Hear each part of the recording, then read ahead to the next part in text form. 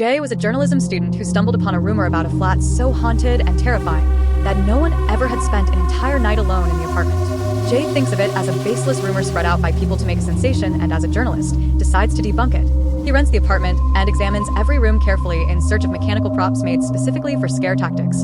Convinced, he gets the numbers of all those who once lived in the apartment from the landlady, and once the landlady is gone, tries every number. From the few numbers that picked up the phone, he gets to know that many families who rented the apartment lived there for months and only left due to personal or professional reasons.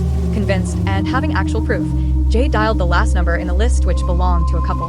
The couple explained that they shifted in the flat with her 4-year-old daughter, but left the place due to very specific reasons which they were hesitant to explain. Upon further probing and Jay sharing what other people said, the couple started to reveal what really happened with them in the apartment. The wife explained she had a few weeks before starting her new job, so she stayed home while her husband went to work and their daughter to school.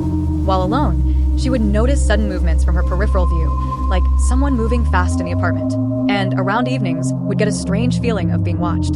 At first she ignored it, but later it grew on her, and suddenly, she was too afraid to visit the corner room alone. Jay went to the corner room to feel the story but found nothing, except a portrait of a woman on a wall which, he was sure, was not there before.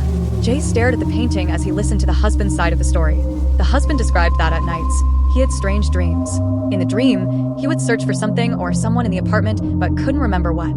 He remembered that in one of the dreams, he saw a little man sleeping over the kitchen counter. He woke up, stared at me, and then told him a story.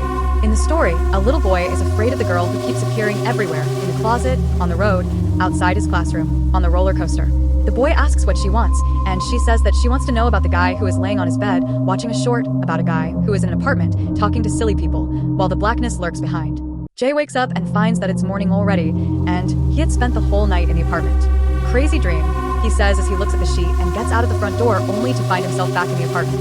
Confused, he looks down and sees his lifeless body, lying on the floor. He takes a deep look at his lifeless face.